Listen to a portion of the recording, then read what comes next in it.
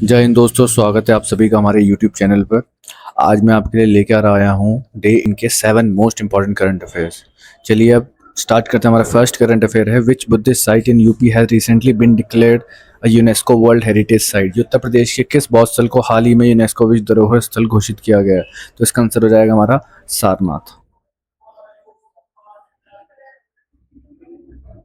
इसका आंसर हो जाएगा सारनाथ यानी कि बी। सारनाथ की अगर हम बात करें, सारनाथ का पुराना नाम क्या था, ओरिजिनल नाम क्या था, इसका ओरिजिनल नेम, ठीक है, वास्तविक नाम क्या था? ऋषि पतना। ऋषि पतना पुराना ठीक है। सारनाथ का, सारनाथ वही जगह है बच्चों जहाँ पे जो बुद्धा थे उन्होंने अपना पहला उपदेश यानी कि फर्स्ट सरमन दिया था। ठीक है, तो थोड़ा सा बुद्धा की अगर हम बात करें, बुद्धा की अगर हम बात करें, बुद्धा का जो रियल नेम था वो क्या था? सिद्धार्थ गौतम। सिद्धार्थ गौतम, ठीक है। बुद्धा कब पड़ा था? जब इन्होंने निर्वाण की प्राप्ति कर ली थी। ठीक है, जब इनको अल्टीमेट नॉलेज का, अल्टीमेट जो नॉलेज है, जो ज्ञान है, उनकी प्राप्ति हो गई थी, तो उसके बाद ये बुद्धा बन गए थे। ठीक है, तो इनका बर्थ, इनका जन्म कब हुआ था? इनका जन्म हुआ था बच्चों 563 बीसी में। जगह का नाम क्या था? लुम्बिनी, नेपाल में। लुम्बिनी, नेपाल में। ठीक है, उसके बाद इनकी डेथ कब हुई थी? इनकी डेथ हुई थी 483 बीसी में। 483 बीसी, कहाँ पे? कुशीनगर, कुशीनगर में। तो बुद्धा की अगर हम बात करें तो 29 साल की आयु में, 29 वर्ष की आयु में इन्होंने क्या करा था? घर का त्याग करा था। घर का त्याग किया था। ठीक है, और अपने घोड़े पर बैठ के, और अपने जो चैरिटी, सारथी था, घोड़े का नाम क्या था? कंठक, और सारथी का नाम क्या था? सारथी का नाम घोड़े का नाम था कंठक, और सारथी का नाम क्या था? सारथी का नाम मेरे को याद नहीं आ रहा अभी। सारथी का नाम क्या था? छन्ना। ठीक है, हाँ, घोड़े का नाम था कंठक और सारथी का नाम था छन्ना। तो इन्होंने घर का त्याग कर दिया था। क्यों घर का त्याग किया था? क्योंकि एक बार क्या हुआ कि ये जब घर आ रहे थे वापस, तो इनको 4 चीजें दिखी। ठीक है, एक मृत व्यक्ति दिखा, एक क्या बोलते हैं बीमार व्यक्ति दिखा, एक बूढ़ा दिखा, और एक साधु दिखा। इन चारों को देख के उनके दिमाग में काफी क्वेश्चंस आए, काफी प्रश्न आए कि इस संसार में इतना दुख क्यों है। तो वो डिसाइड करते हैं कि अब मैं सारे काम धाम छोड़ के अब मैं यही पता करूंगा कि इतनी सफरिंग्स, इतने दुख क्यों है संसार में, और अगर ये दुख है तो इनको दूर करने का क्या तरीका है। तो 29 वर्ष की आयु में घर से चले जाते हैं और 35 साल तक ही घूमते रहते हैं। 35 वर्ष तक ही घूमते रहते हैं। ठीक है, तो 35 वर्षों के बाद, 35 वर्ष जब इनको हो जाते हैं, तो 35 वर्षों में इनको क्या होता है? ज्ञान की प्राप्ति होती है।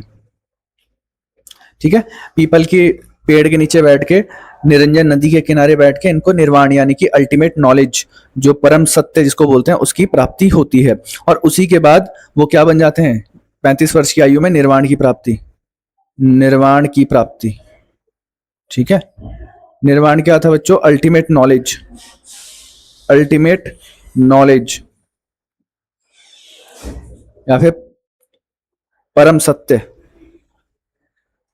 परम सत्य की प्राप्ति हो जाती है। तब इनको पता लग जाता है कि हाँ भाई, जितने भी ये दुख हैं, तो दुखों का सिर्फ एक ही कारण है, और वो है अटैचमेंट्स। ठीक है, अगर हम इन अटैचमेंट से, जो बर्थ एंड डेथ का जो साइकिल है, इससे अगर हम दूर हो जाते हैं किसी तरीके से, तो हमारी सारी की सारी जो अटैचमेंट्स है, जितनी भी हमारी इच्छाएं, सारी मर जाएंगी, and then we will be free. हम बिल्कुल फ्री हो जाएंगे। ठीक है, और फिर ये जो संसार है, दुख का संसार है, इससे भी हम परे हो जाएंगे। ठीक है, तो ये बोला था बुद्धा ने। तो इन्होंने निर्वाण की प्राप्ति करी थी, कहां पे करी थी? बोध गया में।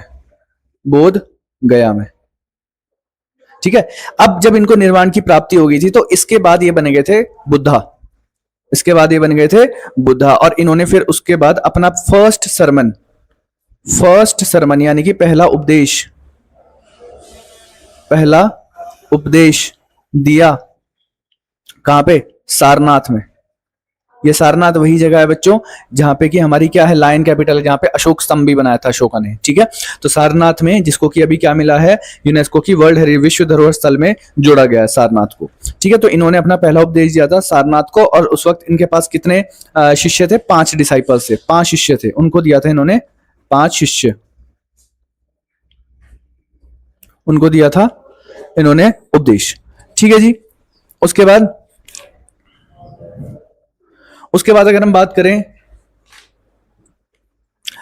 डिसाइपल, उसके बाद इनकी डेथ कब हुई थी हमने पढ़ लिया। अच्छा, जो इनका फर्स्ट सरमन था कहाँ पे दिया था, सारनाथ में दिया था उन्होंने पहला उपदेश, और यहीं पे अशोका ने, जहाँ पे उन्होंने बैठ के उपदेश दिया था, वहीं पे क्या बनाया था अशोका ने, दामेखा स्तूपा, दामेक स्तूप, ठीक है, ये बनवाया था उसी जगह पे जहां पे उन्होंने बैठ के क्या दिया था, अपना उपदेश दिया था। ठीक है, चलिए आगे बढ़ते हैं हम। What is the maximum punishment proposed,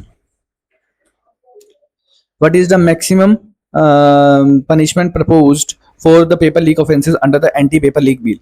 anti paper leak विधेयक के तहत पेपर लीक अपराधों के लिए अधिकतम प्रस्तावित सजा क्या है? ठीक है, तो अभी अभी जैसे धर्मेंद्र प्रधान जो थे हमारे शिक्षा मंत्री, पूर्व शिक्षा मंत्री, उन्होंने रेजिग्नेशन दे दिया, तो उन्हीं एग्जाम के लीक्स को उसको पूरा उसको खत्म करने के लिए सरकार क्या लेके आई है, एंटी पेपर लीक बिल लेके आई है। ठीक है, तो उसमें जो गिवन पनिशमेंट है वो कितनी है, 10 years of imprisonment and 10 crore of fine, यानी कि अगर कोई पाया जाता है, if anyone is found guilty of leaking exam, और किसी भी प्रकार का एग्जाम या पेपर लीक करते हुए पाया जाता है, तो उसको 10 साल की सजा और उसके साथ 10 करोड़ का फाइन भी, यानी कि जुर्माना भी लगेगा।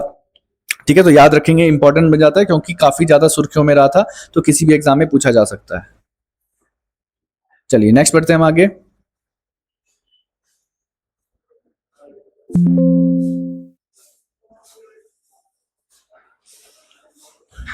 Who became the first Indian to win World Junior Squash Championship? विश्व जूनियर स्क्वैश चैंपियनशिप जीतने वाली पहली भारतीय कौन बने हैं? तो इसका आंसर हो जाएगा अनाहट सिंह। ये भी काफी न्यूज में थी,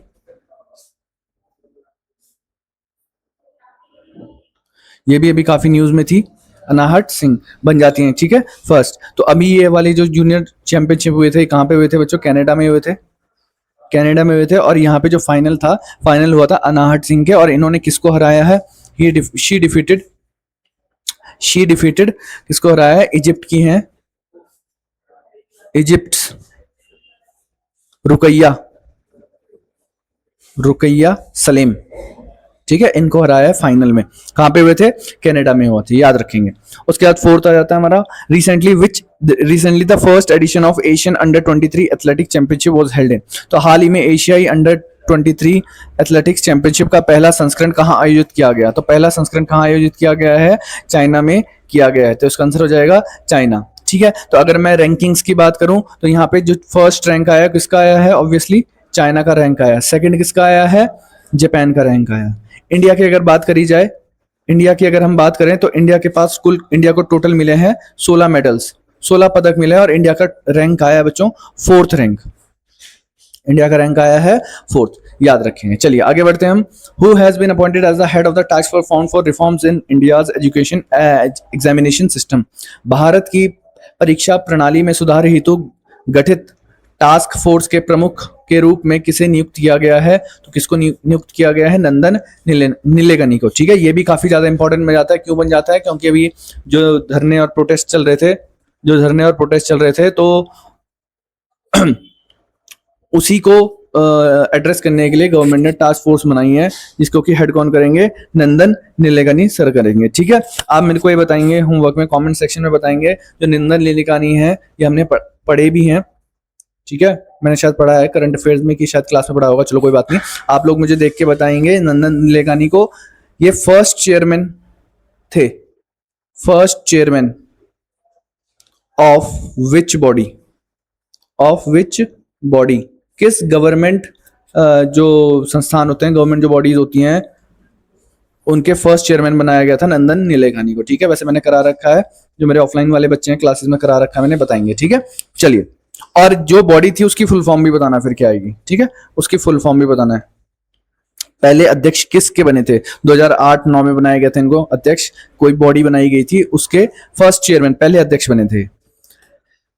In which of the following places was the international pro boxing championships held? निम्नलिखित में से किस स्थान पर अंतरराष्ट्रीय प्रो बॉक्सिंग चैंपियनशिप आयोजित की गई? ठीक है, तो कहां पे करी गई? शिमला में करी गई, याद रखेंगे इसको। शिमला के बारे में हम ऑलरेडी थोड़ी बहुत डिटेल्स हम ऑलरेडी कवर कर चुके हैं। चलिए अब आगे बढ़ते हैं हम। Who has become India's 99th grand master? Bharat के 99वें ग्रैंड मास्टर कौन बने हैं? रतनवेल वीएस, वैशाली बाबू, गुकेश प्रज्ञानंदा। ठीक है, तो इसका आंसर हो जाएगा हमारा रतनवेल वीएस। ठीक है, कहां से आते हैं? ये आते हैं तमिलनाडु से, तमिलनाडु से बिलोंग करते हैं and he became India's 99th grand master. आप मेरे को होमवर्क में बताएंगे कि India's first grand master, India's first grand master कौन थे, and India's first women grand master.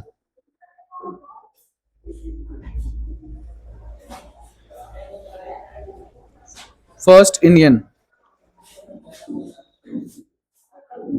Grand master कौन थी, ठीक है, ये आप मेरे को होमवर्क में बताएंगे। चलिए इसी के साथ हो जाते हैं हमारे 7 करंट अफेयर्स कंप्लीट।